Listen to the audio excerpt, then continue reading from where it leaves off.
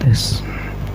Bismillahirrahmanirrahim. Assalamualaikum warahmatullahi wabarakatuh. Innal hamdalillah nahmaduhu wa nasta'inuhu wa nastaghfiruh wa na'udzu billahi min shururi anfusina wa min sayyiati a'malina may yahdihillahu fala mudhillalah wa may yudlil fala hadiyalah. Asyhadu an la ilaha illallah wahdahu la syarikalah wa asyhadu anna Muhammadan abduhu wa rasuluh. Allahumma salli wa sallim wa an'im wa barik ala nabiyyika wa habibika Mustafa sallallahu alaihi wasallam wa ala alihi wa ashabihi wa man tabi'ahum bi ihsanin ila yaumiddin.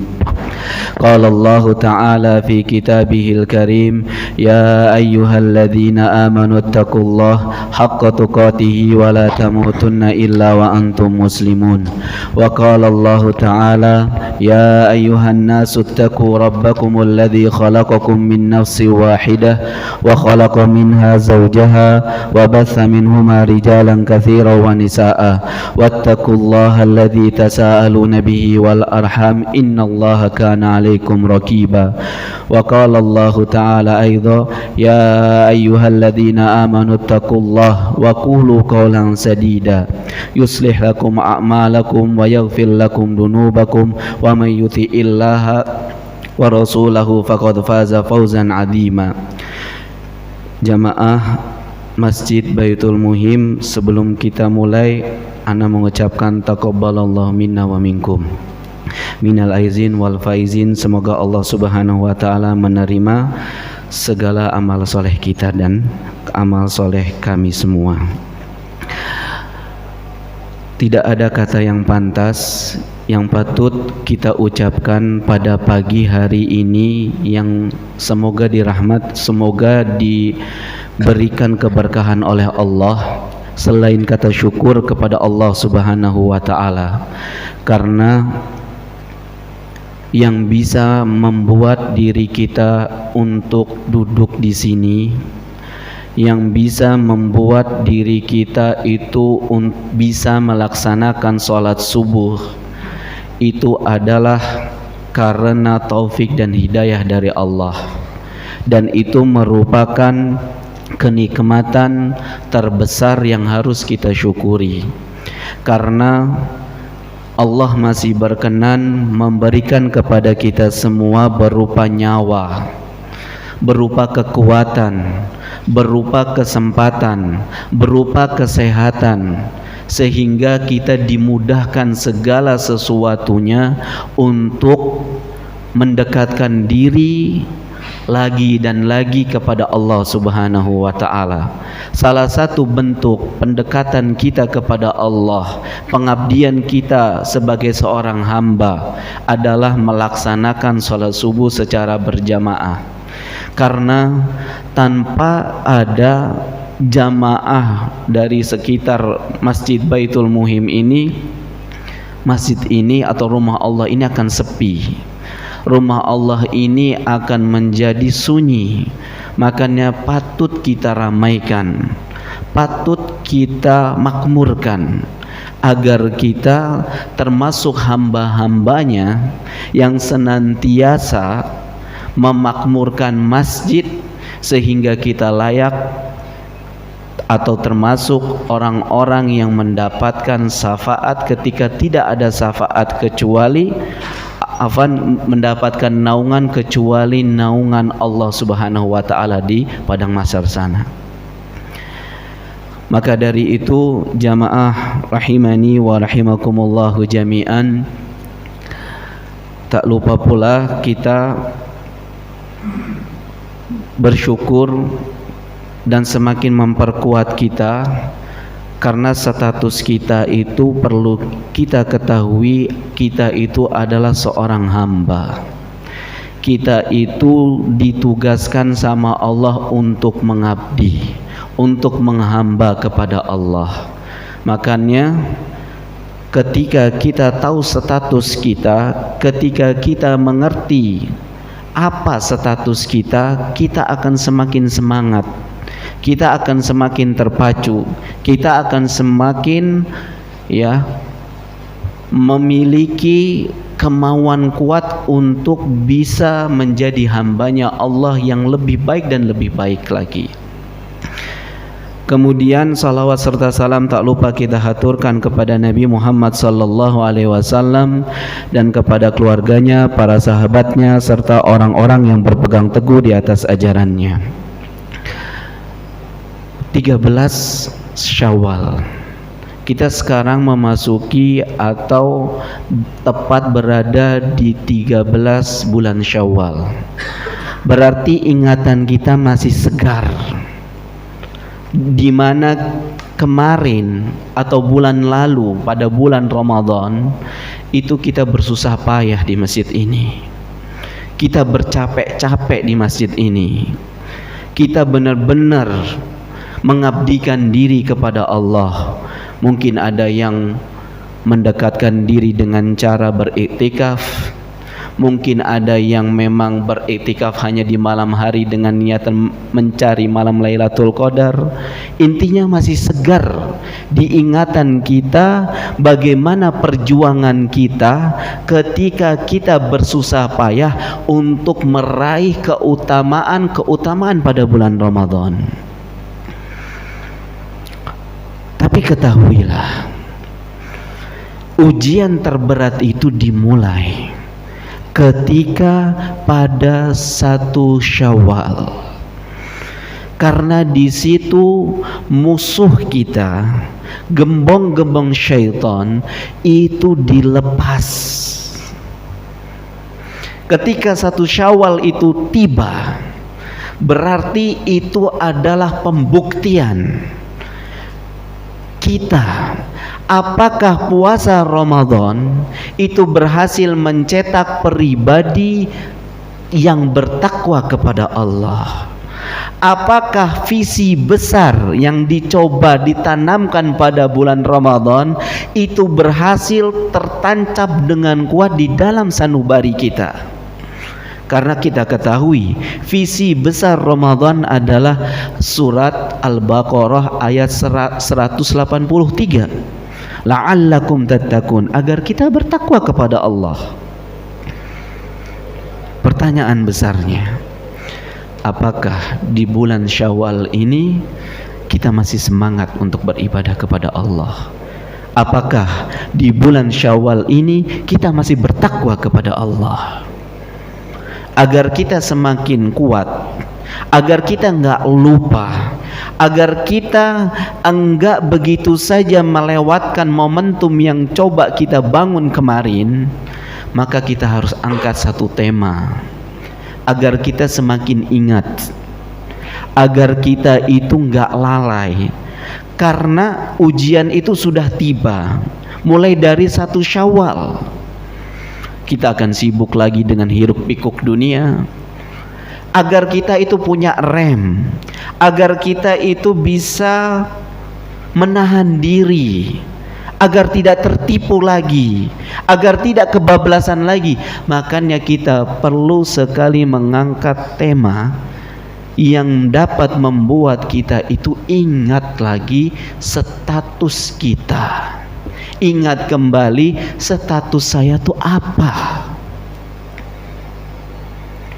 Makanya pada pagi hari ini kita angkat sebuah tema yang berkaitan dengan angan-angan setelah kematian. Kita sepakat yang ada di sini pasti akan menghadapi kematian, cepat atau lambat. Itu nggak bisa dihindari, karena Allah sudah dengan tegas berfirman, kullu nafsin dha'iqatul maut. Setiap yang berjiwa pasti akan menghadapi kematian. Mati itu nggak nunggu tua, mati itu nggak nunggu ketika kita sakit. Yang sehat pun bisa mati, yang sakit pun belum tentu mati. Maka dari itu, karena kematian itu hal yang pasti, sudah sepantasnya, sudah sepatutnya kita harus persiapan. Bekal apa yang harus kita bawa? Bekal apa, persiapan apa yang harus kita persiapkan sehingga kita tidak tertipu lagi, sehingga kita tidak terlena lagi dengan keindahan dunia.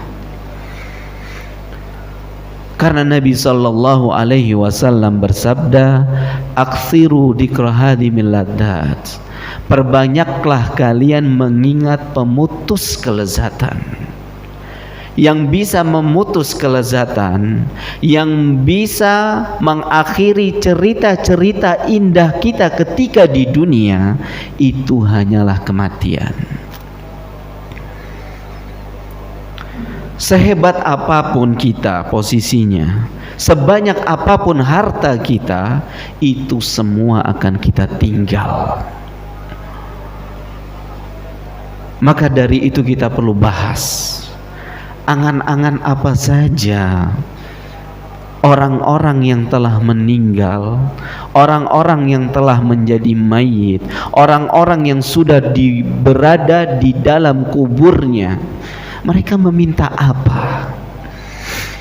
Sebelum kita masuk ke dalam bab itu, perlu kita ketahui, setiap yang berada di muka bumi ini tentu semuanya memiliki angan-angan, memiliki cita-cita, memiliki harapan, dan angan-angan itu tentu berbeda dari satu orang dengan satu yang lainnya. Kata para ulama, 3 faktor terbesar yang membedakan angan-angan antara satu orang dengan satu yang lainnya adalah al-bi'atul lati ya'ishu fihal farad, yaitu lingkungan yang ia tinggal di dalamnya. Ini faktor terbesar yang bisa membedakan angan-angan antara satu orang dengan yang lainnya adalah lingkungan yang ia tinggal di dalamnya. Kemudian yang kedua, al-fikrul ladzi yatarabba alaih, mindset, pola pikir yang terbentuk di dalamnya. Ini yang akan membedakan angan-angan satu orang dengan angan-angan satu dengan yang lainnya. Yang ketiga adalah al-aqranul ladzina yuhituna bih, yaitu teman-teman, kawan-kawan yang berada di sekelilingnya. 3 faktor ini yang akan membedakan angan-angan satu orang dengan yang lainnya. Sudah kita ketahui, teman, soulmate, teman sejawat itu akan mempengaruhi mindset kita. Terus pola pikir kita cenderung menemani teman-teman yang satu visi, sama pola pikirnya, klik gitu. Terus lingkungan yang memang ada di sekelilingnya itu nanti akan berbeda, dan itu akan mempengaruhi satu sama lain. Maka dari itu 3 hal besar ini harus kita coba perhatikan dengan baik. Jangan sampai kita salah memilih lingkungan. Walaupun kalau memilih lingkungan agak susah ya, karena udah beli rumah di sini misalnya, ya sudah, bersabar, cari teman yang baik. Terus pola pikirnya tuh di upgrade. Jangan pola pikirnya dunia terus. Boleh cari dunia, tapi jangan sampai kebablasan. Harus ada remnya. Kemudian kata para ulama, setiap orang itu yang berada di muka bumi itu tidak akan terlepas dari 7 hal. rata-rata, walaupun nanti urutannya berbeda-beda. Ketika kita sudah sukses atau belum sukses deh, pertama yang kita harapkan, yang kita inginkan, apalagi ketika kita kuliah dengan ya istilahnya gelar master yang tinggi, atau ketika kita SMA atau SMK ya di sekolah yang terfavorit, itu yang pertama kita harapkan adalah wadifatun marmuqah. Kebanyakan orang itu mengharapkan pekerjaan yang layak. Setuju nggak bapak-bapak? Insya Allah setuju. Mengharapkan pekerjaan yang layak, gaji yang tinggi, biar nanti saya bisa mandiri menghidupi keluarganya dengan baik. Sesudah ia mengharapkan pekerjaan yang layak, dapat tuh, dia ingin mengharapkan ke tingkatan yang selanjutnya, pengen memiliki zaujatun jamilah, istri yang cantik. Bener nggak tahapannya nih? Ketika kita dapat pekerjaan yang layak, ya pengen pendamping. Itu wajar. Kebanyakan kita gitu. Pengen dapat istri yang cantik, yang menemani kita ketika kita tidur, ketika kita melakukan ibadah, ketika kita beraktivitas di rumah.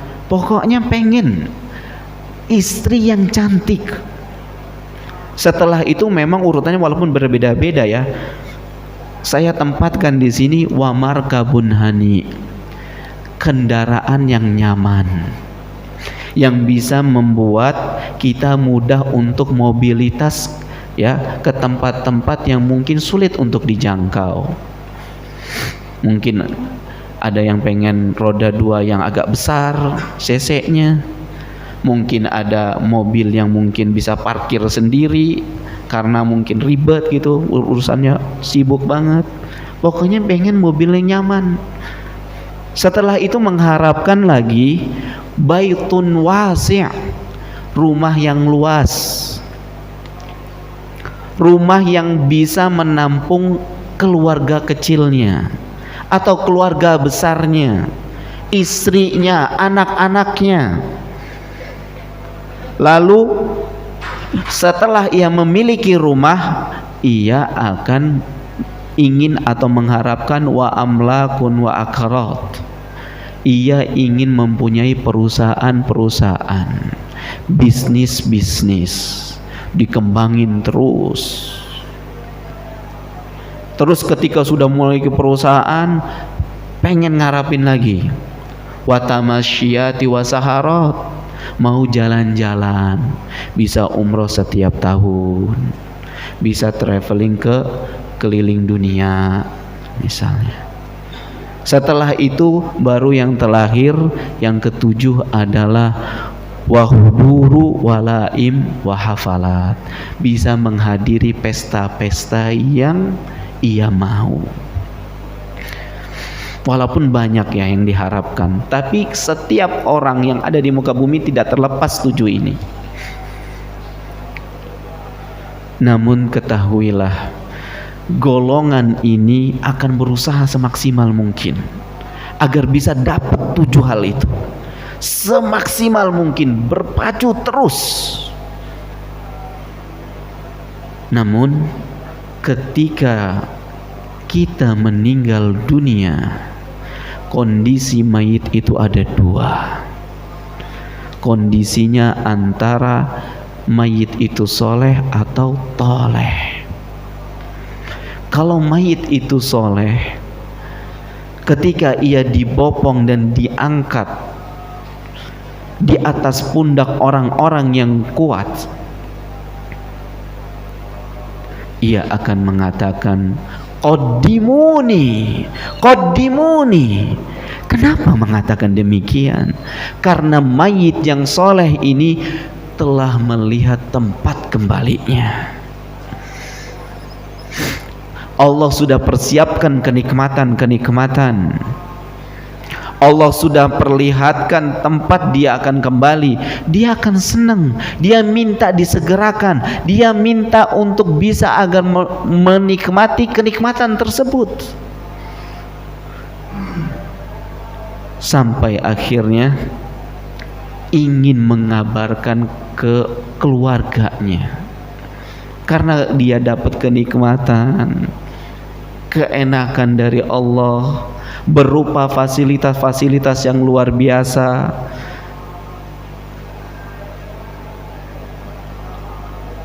Kemudian juga ketika dia sudah merasakan begitu banyak nikmatnya, begitu indahnya yang Allah berikan, dia minta untuk disegerakan kiamat. Ya Rob, aqimis sa'ah. Wahai Rob, segerakan kiamat itu. Minta tuh si mayit, minta tuh si mayit.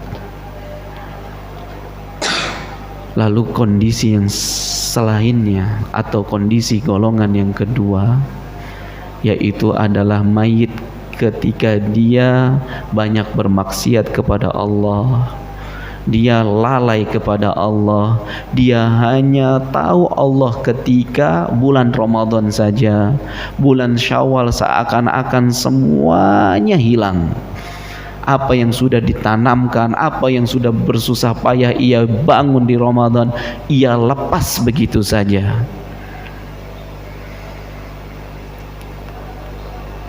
Akhirnya ia dibawa dengan keranda, dibawa di atas punggung orang-orang atau pundak orang-orang yang kuat. Ketika ia dibawa ke kuburannya, tempat peristirahatannya, dia mengatakan, ila aina yadhabun, mereka mau bawa aku kemana? Ia takut. Ia udah diperlihatkan begitu luar biasanya, begitu pedihnya, begitu kejamnya apa yang Allah telah persiapkan untuk dirinya. Ia takut. Ia ingin berteriak, ia ingin minta tolong, tapi semuanya sudah tidak bisa. Kita yang hidup nggak bisa mendengarkan keluhan dia. Ketika itu dia mendapatkan begitu banyak siksaan-siksaan, kesulitan-kesulitan ketika di dalam kuburnya, dan dia meminta kepada Allah untuk didelay, untuk jangan cepat-cepat kiamat itu tiba, karena akan perkara yang lebih besar lagi nanti yang akan dia hadapi. Dan orang ini yang akan kita bahas, mayit inilah yang akan kita bahas, agar kita semakin semangat untuk beribadah. Inilah angan-angan setelah kematian, yang mana kita yang masih hidup tidak akan bisa merealisasikan apa yang mereka angan-angankan. Mereka berangan-angan rupanya. Mereka bercita-cita, mereka punya harapan. Mayit yang toleh ini, ketika ia sudah berkalang dengan tanah, dia meminta kepada Allah, mengemis kepada Allah, merengek kepada Allah Subhanahu wa ta'ala, minta 3 permintaan saja. Yang pertama yang diminta sama mayit adalah as-salatu walau rak'atain, minta sholat hadirin. Enggak banyak-banyak sholatnya, 2 rakaat saja. Enggak banyak-banyak sholatnya, 2 rakaat. Ini rakaatnya bukan rakaat subuh, tapi ia minta 2 rakaat yang ringan, yaitu 2 rakaat sholat sunnah. Karena ketika itu diriwayatkan oleh Imam At-Tabrani melalui jalan Abu Hurairah,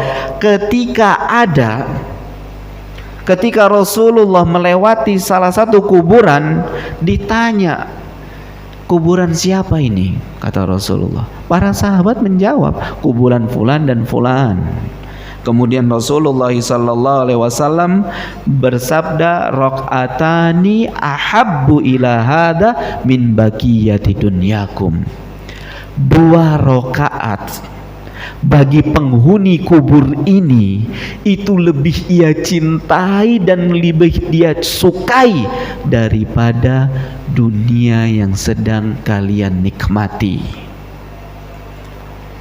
Dunia yang sekarang kita sedang jalani, yang sedang kita hadapi, yang sedang kita nikmati, itu bagi orang yang sudah berkalang dengan tanah, masuk di dalam kuburnya, itu 2 rakaat lebih ia sukai. Diperjelas dengan sabda yang dari riwayat yang lainnya, raq'atani khafifatani mimma tahtakiruna wa tanaffaluna yuriduhuma hada fi amalihi yaziduhuma hada fi amalihi ahabbu ilaihi min baqiyati dunyakum. 2 rakaat yang ringan yang sering kita remehkan. Salat sunnah ba'diyah, qobliyah, zuhur misalnya, itu yang akan nanti dimintakan oleh mayit. Kalau kita mayit yang istilahnya banyak bermaksiat dan banyak kekurangan, itu yang nanti kita minta. Kita kadang-kadang nggak sempet, kadang-kadang kita lalai, kadang-kadang kita lupa, kadang-kadang kita itu nggak perhatian. Padahal ini yang akan dimintakan orang-orang yang sudah mati. 2 rakaat ringan. Paling lama mungkin kita sholat sunnah 5 menit, tapi terkadang bisa lebih cepat lagi. Itu yang akan diminta. Dia berharap 2 rakaat yang ringan tersebut bisa menambah amalannya, lebih dia cintai daripada ia dapat dunia.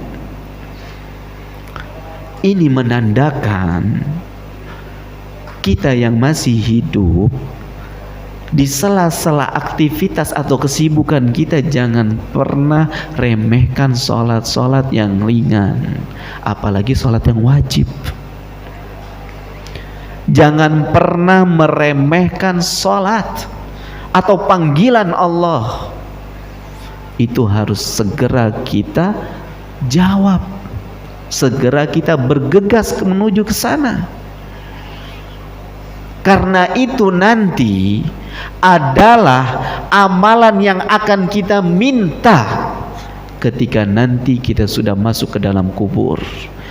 Karena itu nanti angan-angan yang diminta, yang benar-benar ngemis, yang di ngemis-ngemisin sama mayit kepada Allah. Agar apa? Agar bisa sholat. Boleh kejar dunia, boleh untuk Islam itu nggak melarang kita kaya, boleh. Tapi jangan lupa status kita. Jangan lupa amalan-amalan yang telah dibebankan kepada kita. Ibadah-ibadah yang memang harus kita tunaikan.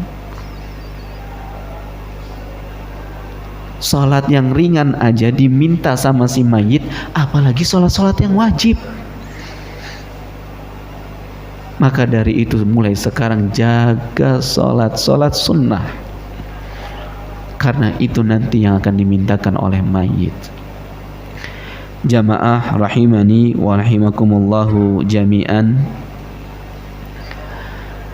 Maka dari itu jangan sampai kita menjadi bagian dari mereka, yang mana mereka itu memiliki harapan, memiliki angan-angan, namun tidak bisa direalisasikan, tidak bisa diwujudkan oleh Allah. Sebelum itu menimpa di kita, sebelum hari itu tiba, ini masih ada kesempatan untuk memperbaiki diri, untuk berbekas kembali, untuk bersemangat lagi. Karena kita tahu kita itu perlu diingatin terus. Baru 13 hari yang lalu kita masih Ramadan. Mungkin di antara kita sudah ada yang lalai, lupa, meremehkan. Maka ingatin lagi. Sholat harus dijaga. Sholat wajib itu udah wajib, harus dijaga. Sholat sunnah itu pikirkan dan renungi, ini nanti yang akan saya minta ketika saya tidak maksimalkan ketika di dunia. Ketika saya masih diberikan kesempatan umur, saya harus maksimalkan dengan baik. Sesibuk apapun, kan masih ada surat-surat andalan kita. Trikul kan masih bisa berlaku dalam sholat sunnah. Baca itu, baca surat-surat pendek kalau kita memang sibuk, karena nanti itu yang akan dimintakan mayit kepada Allah. Kemudian yang kedua, angan-angan yang diharapkan oleh mayit, yang dimintakan oleh mayit kepada Allah Subhanahu wa ta'ala adalah as-shadaqah. Mayit yang sudah meninggal dunia, dan ketika ia melihat begitu besar ancaman Allah, azab Allah, ia minta kepada Allah untuk bisa bersedekah. Allah ingatkan kita melalui firman-Nya dalam surat Al-Munafikun ayat 10 sampai 11. Ini tamparan bagi kita yang mana kita misalnya diberikan kelebihan harta, tapi sulit untuk mengeluarkan sedekah. Ingat, ini nanti yang akan diminta oleh si mayit. Apa kata Allah?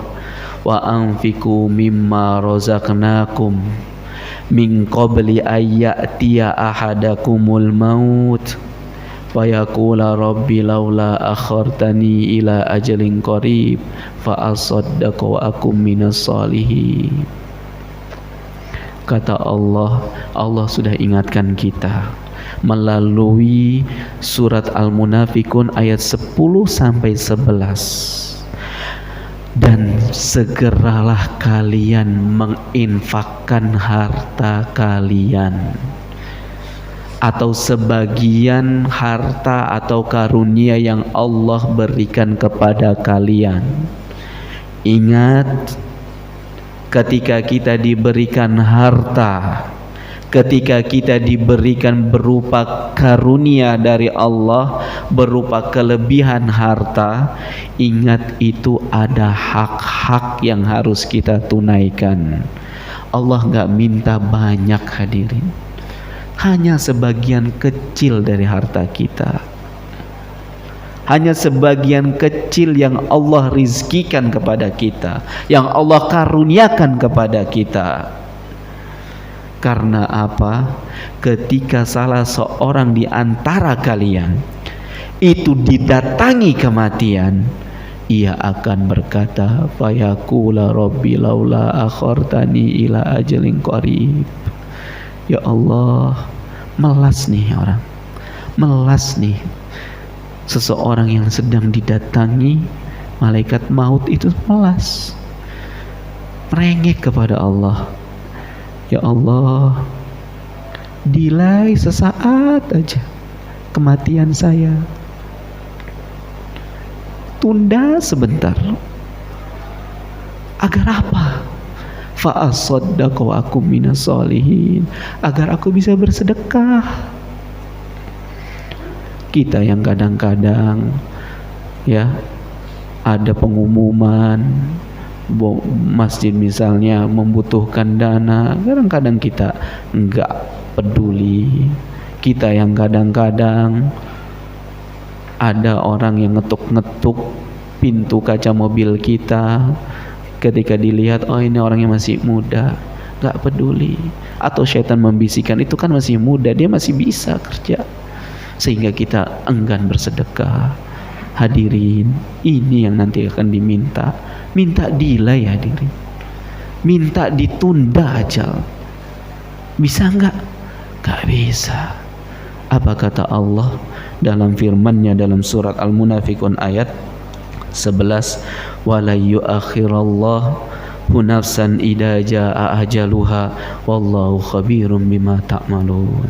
Allah tidak akan mendelay ajal seseorang apabila memang ajalnya telah tiba. Gak bisa, gak bisa dimajukan, gak bisa dimundurkan, udah. Dan ketahuilah Allah mengetahui, Maha mengetahui. Maka dari itu kita yang masih memiliki kelebihan harta, segera sedekahkan harta itu. Gak banyak hadirin, Allah gak minta banyak, sebagian kecil keluarkan untuk Allah, agar nanti kita mudah, agar kita gak nyesel, agar kita itu gak menjadi mayit yang ketika ajal tiba dia minta delay, minta ditunda sesaat aja untuk bisa sedekah. Kita yang masih sekarang dipanjangkan umurnya, kita yang masih sekarang diberikan kesempatan untuk memperbaiki kualitas amal kita, tapi kita terkadang gak memanfaatkan itu. Tapi terkadang kita itu lupa, tapi terkadang kita masih mengikuti hawa nafsu dan bisikan-bisikan syaitan, sehingga yang seharusnya mudah kita mau keluarkan enggak jadi. Kan sering syaitan bisikin kita, enggak, itu masih kuat, enggak. Tetangga yang benar-benar udah kelaparan, mungkin kita terdengar suaranya, oh bapaknya masih kuat, udah biarin. Jangan sampai seperti itu. Kalau kita memang punya kelebihan, kasih. Karena itu nanti yang akan diminta sama si mayit. Pengen sedekah, dan Allah gak akan kabulkan ketika hari itu tiba. Allah gak kasih, Allah gak akan delay ketika kematian itu telah tiba. Sebelum itu terjadi sama kita, manfaatkan, berlomba-lomba dalam bersedekah. Bukankah kita sudah kemarin ditarbiyah, dididik dengan baik ketika bulan Ramadan, agar kita itu ringan tangan, sering bersedekah. Ini dimulai lagi. Kalau memang nggak bisa kayak di bulan Ramadan, ya sedikit-sedikit aja, semampu kita. Islam mudah hadirin, nggak memberatkan. Maka dari itu ayo kita sama-sama jaga amalan kita yang sudah kita bangun di bulan Ramadan, susah payah. Ingat ketika kita susah-susah, capek-capek beriktikaf di sini, masa iya selesai Ramadan akhirnya ditinggal begitu saja? Masa iya sudah kita coba mati-matian, tidur bangun lagi, terus kita tinggal begitu saja? Masa iya sudah kita coba sisihkan, atur keuangan kita di bulan Ramadan agar kita bisa berlomba-lomba dalam bersedekah, terus kita habis itu nggak sedekah lagi? Hadirin, ini nanti yang akan diminta sama mayit. Ini angan-angan yang diminta apabila orang-orang telah meninggal. Kemudian jamaah rahimani wa rahimakumullahu jami'an, Ibnu Katsir mengatakan, setiap orang yang lalai di masa hidupnya, pasti dia akan menyesal saat nyawanya dicabut. Dan ia memohon kepada Allah untuk minta delay sesaat, minta ditangguhkan sesaat, biar bisa sedekah. Maka dari itu ini tamparan keras bagi kita semua agar semangat sedekah, karena nanti ini yang dimintakan sama mayit. Makanya Umar berkata, dukiroli annal a'mal tubaha fataqulu as-sadaqah ana afdalukum. Telah disebutkan padaku bahwa amalan ibadah itu saling membanggakan diri, saling membanggakan. Amalan-amalan soleh itu saling membanggakan, dan yang paling utama adalah sedekah. Banyak orang-orang yang bisa kita bantu hadirin. Gak usah jauh-jauh, mungkin keluar dari Baitul Muhim udah banyak yang bisa kita bantu. Hadirin yang semoga dirahmati oleh Allah Subhanahu wa taala. Kemudian angan-angan yang terakhir yang diminta oleh mayit yang sudah berkalang dengan tanah adalah al-amalus soleh. Mereka minta, berharap, mengemis kepada Allah agar bisa melakukan amalan-amalan soleh.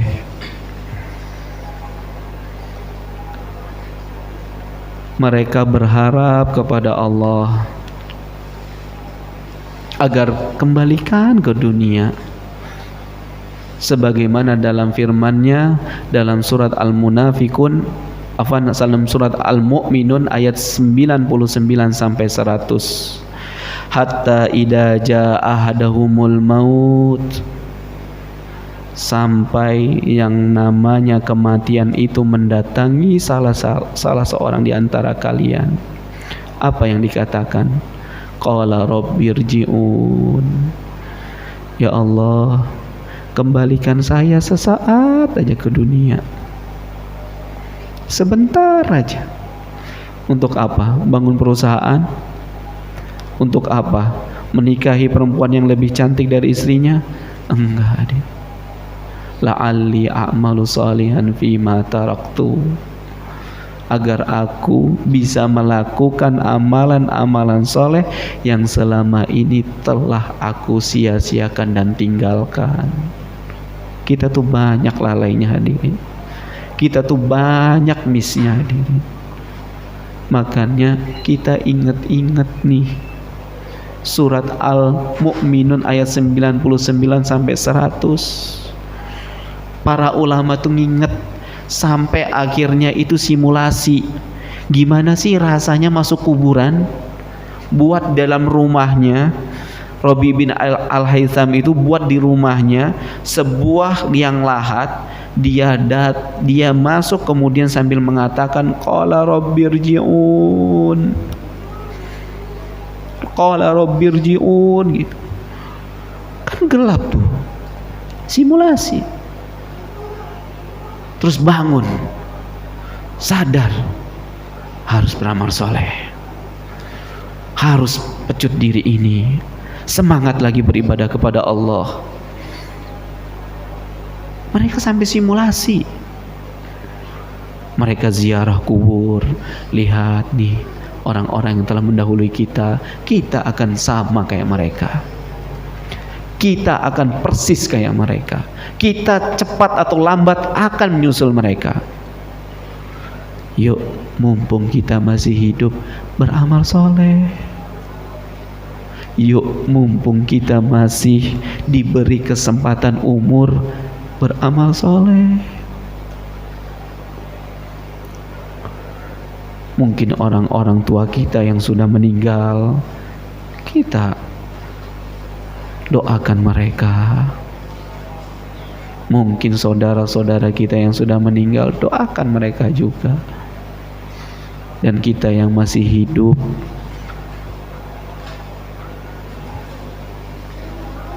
pergunakan dengan baik waktu dan umur ini, karena hari yang telah berlalu gak bakal bisa kembali hadirin. Kita tuh sebentar, hidup di dunia sebentar. Apalagi umatnya Nabi Muhammad tuh 63 sampai 70. Di atas itu bonus sedikit. Kita mulai berhitung, umur saya sudah segini, oh kira-kira jatah saya tinggal segini, maksimalkah? Kalau nggak sekarang kita persiapkan dengan baik, lalu kapan lagi? Kalau nggak hari ini kita sadar, nunggu apa? Masa kita nanti yang jadikan sampel? Masa kita nanti yang dijadikan istilahnya contoh yang buruk? Kan enggak. Bukankah firman-firman Allah itu sudah terbukti kebenarannya, sudah bisa dibuktikan, sudah semuanya terjadi, menandakan benar-benar Al-Quran itu mukjizat yang harus kita pelajari, yang harus kita telaah, yang harus kita kaji. Ini Allah sudah kabarkan kepada kita. Orang yang nanti didatangi kematian itu akan mengatakan qala rabbirji'un, terus kita nggak sadar. Kita masih cinta dunia, kita masih berambisi untuk memuaskan hawa nafsu kita. Kita masih berangan-angan untuk mencapai ambisi-ambisi dunia kita. Hadirin, kalau antum mau lihat seberapa mewahnya dunia, lihat orang yang sedang sakaratul maut. Apa yang mereka inginkan? Apa yang mereka harapkan? 3 ini hadirin. Jangan sampai tertipu lagi. Kita akan mati hadirin. Pergunakan harta kita, jabatan kita, status sosial kita untuk mendekatkan diri kepada Allah. Hadirin yang semoga dirahmati oleh Allah Subhanahu wa ta'ala. Abdurrahman ibnu Zaid ibnu Aslam mengatakan bahwa kalimat tersebut pasti diucapkan oleh setiap orang-orang yang zalim kepada Allah. Setiap orang yang zalim, setiap orang yang gak mau taat perintah Allah, setiap orang yang berlumuran maksiat atau dosa, itu akan mengatakan qala rabbirji'un la'alli a'malu shalihan fima taraktu. Ini ngemis loh hadirin. Tapi kata Allah, kalla, sekali-kali tidak. Allah gak akan kabulkan hadirin.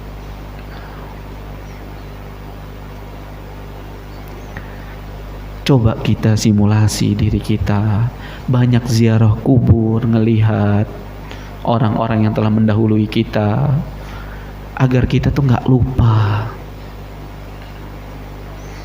Karena masa depan yang pasti kita lalui dan akan terjadi itu adalah hari kematian kita.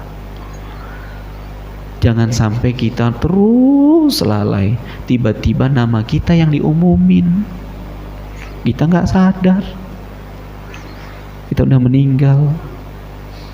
Sebelum hari itu tiba, sebelum hari itu datang, bersegera kebaikan, bersegera melakukan amal soleh, sebagaimana dalam sabda Nabi, badiru bil a'mali fitanan, bersegeralah kalian beramal soleh sebelum yang namanya datang zaman fitnah. Iya, sekarang kita zaman banyak banget cobaannya, susah kita beramal. Benar. Pada pengajian sebelumnya kan kita punya konsep, kita nggak bakalan bisa beribadah kalau kecuali minta pertolongan kepada Allah. Maka dari itu kita harus camkan baik-baik 3 angan-angan mayit ini, agar kita semangat lagi, agar kita mendapatkan gizi lagi untuk terpacu, agar kita bisa semangat untuk beribadah dan mendekatkan diri. Karena ingat, penyesalan itu pasti terakhir, pasti tiba kalau kita nggak memaksimalkan diri. Mungkin itu saja yang bisa Ana sampaikan. Kalau misalnya ada yang mau ditanyakan, kami persilahkan.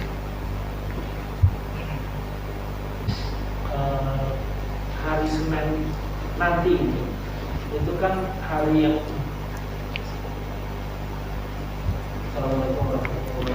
Waalaikumsalam warahmatullahi wabarakatuh. Hari Senin ini nanti, ini kan hari yang ke-15 ya Ustadz ya. Jadi kalau kita puasa pada hari itu bisa gabungan 3 puasa sunnah ya. Iya. Ayamul Bid, Iya, Ayamul Bid, Senin sama Syawal. sama Syawal. Ya. Mohon dijelaskan.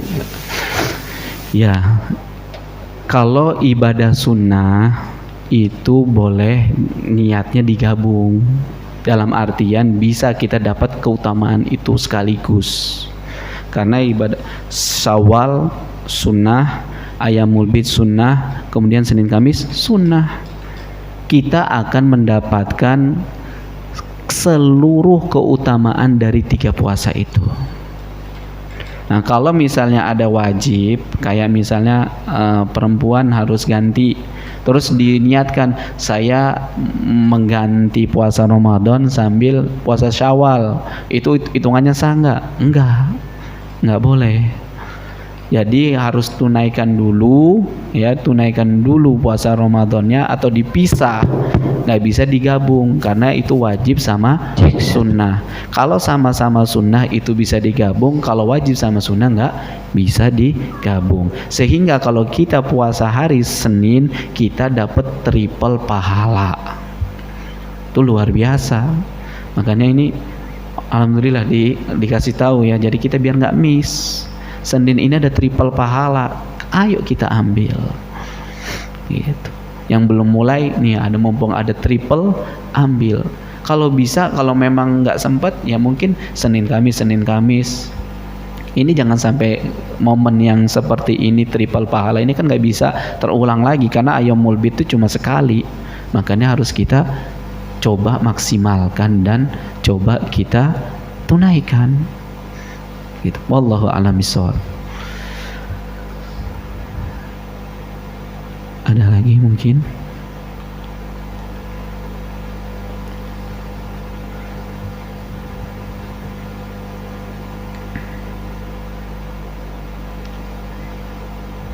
Iya, Pak. Waalaikumsalam warahmatullahi wabarakatuh. Tadi kan dijelaskan amalan angan-angan yang diminta orang yang meninggal dengan menjaga 3 ini, insya Allah kematian itu husnul khotimah. Insya Allah. Itu aja. Nanyanya gitu aja. Husnul khotimah Kang? Tidak. Husnul khotimah kah ketika kita menjaga 3 ini?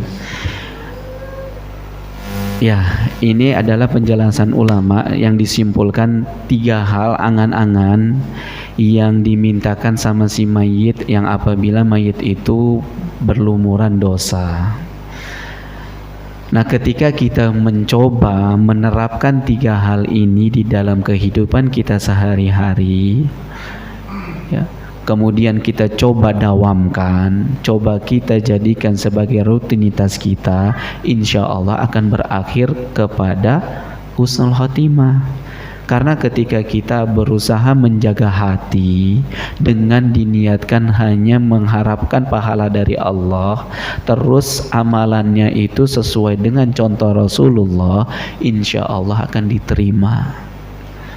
Maka dari itu kita pertama harus tadi melakukan 3 amalan ini dengan sesuai syarat diterimanya ibadah. Terus kita coba dawamkan, coba kita lestarikan, coba kita jaga, insya Allah akan berakhir dengan baik. Siapa sih yang gak mau meninggal ketika sedang sujud? Siapa sih yang gak mau meninggal ketika sedang bawa beras ingin menginfakkan ke saudaranya? Siapa sih yang gak mau yang hari-harinya itu bertutur kata dengan baik, hari-harinya itu lisannya dibasahi dengan zikir kepada Allah, sehingga pasti insya Allah akan berakhir husnul khotimah. Intinya kita harus mainkan hati juga, Pak.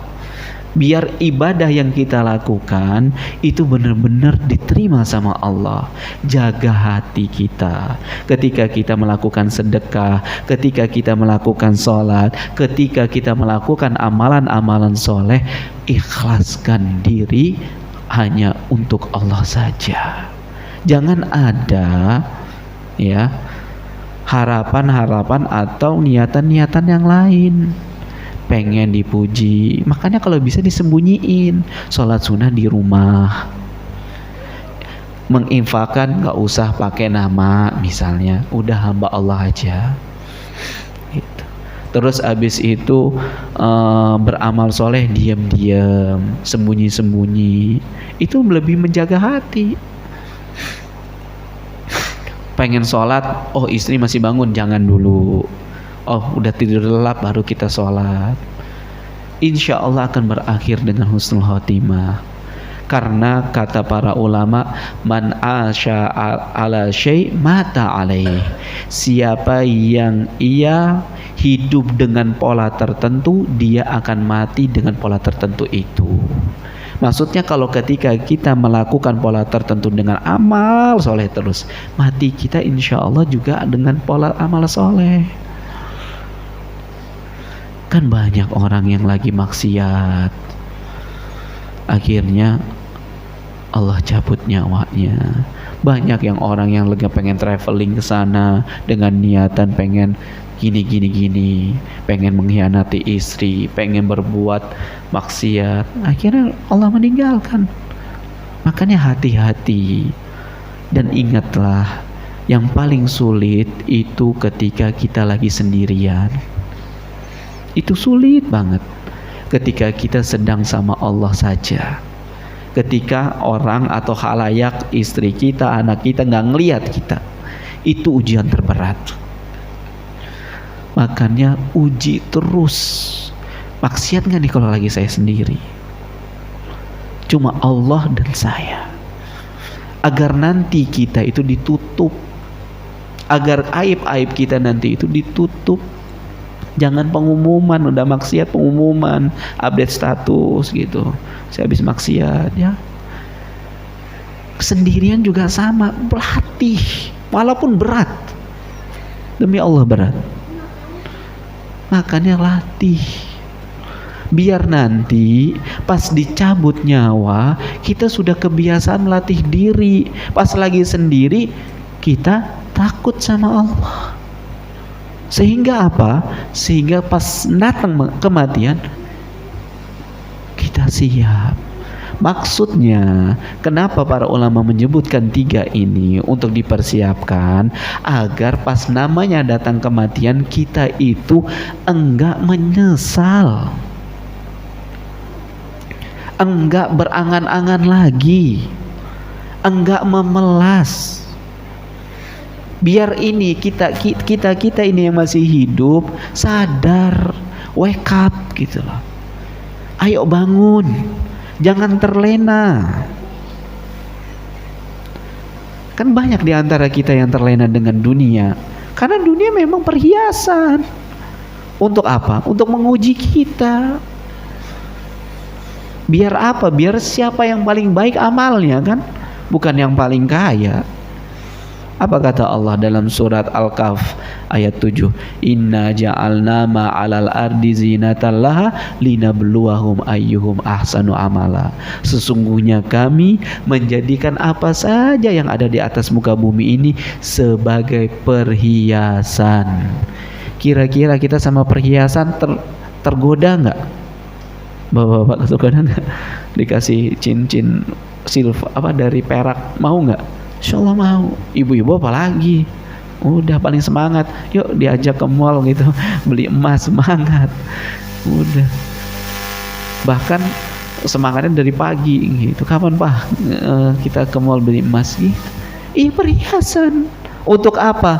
Linabluwakum ayyukum ahsanu amala. Untuk menguji siapa yang paling baik amalnya.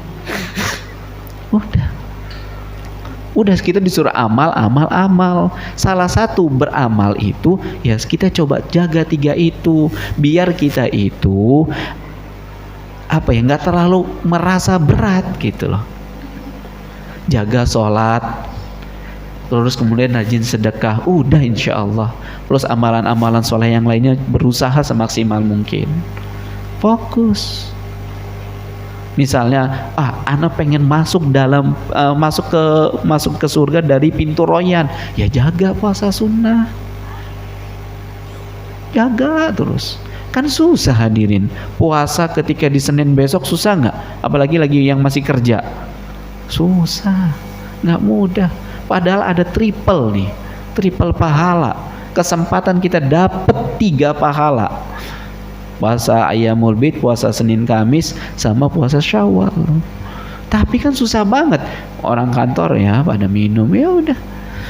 Kita yang sudah tahu, kita coba amalkan. Sedikit-sedikit aja diamalin. Gitu, amalkan. Amalkan sedikit-sedikit. Memang berat hadirin. Di bulan Syawal itu suasananya nggak seperti bulan Ramadan, beda. Apalagi nanti bulan Zulqa'dah, apalagi bulan Zulhijjah, apalagi bulan selanjutnya. Itu berat lagi. Orang udah 13 hari berlalu aja banyak yang sudah bermaksiat. Apalagi nanti 11 atau 10 bulan ke depan, Yesus. Makanya minta tolong kepada Allah. Minta keistiqomahan. Kita kaji ini biar kita sadar, biar kita semangat kembali, biar kita itu menjadi orang yang memang gak nyesel nanti. Karena Allah udah kabarkan. Jangan sampai ketika kita terlena, ketika kita benar-benar asik dengan dunia kita lupa sebagai status kita. Makanya di awal pengajian ana tekankan, kita itu hambanya Allah, harus siap diatur-atur. Karena apa? Karena Allah yang paling ngerti, yang paling tahu tentang kondisi kita. Udah, ikutin aja. Kalau takdirnya demikian, udah ikuti. Insya Allah kita akan berakhir husnul khotimah. Dan minta sama Allah, mudah-mudahan saya diberikan husnul khotimah. Doa, karena Allah sudah berfirman, ud'uni astajib lakum. Berdoalah kalian kepadaku, aku akan perkenankan. Minta. Gimana Allah mau kabulkan doa kita, keinginan kita? Allah tahu apa yang di dalam hati kita, tapi Allah pengen kita minta. Gitu. Wallahu a'lam bishawab. Ada lagi? Apa udah selesai?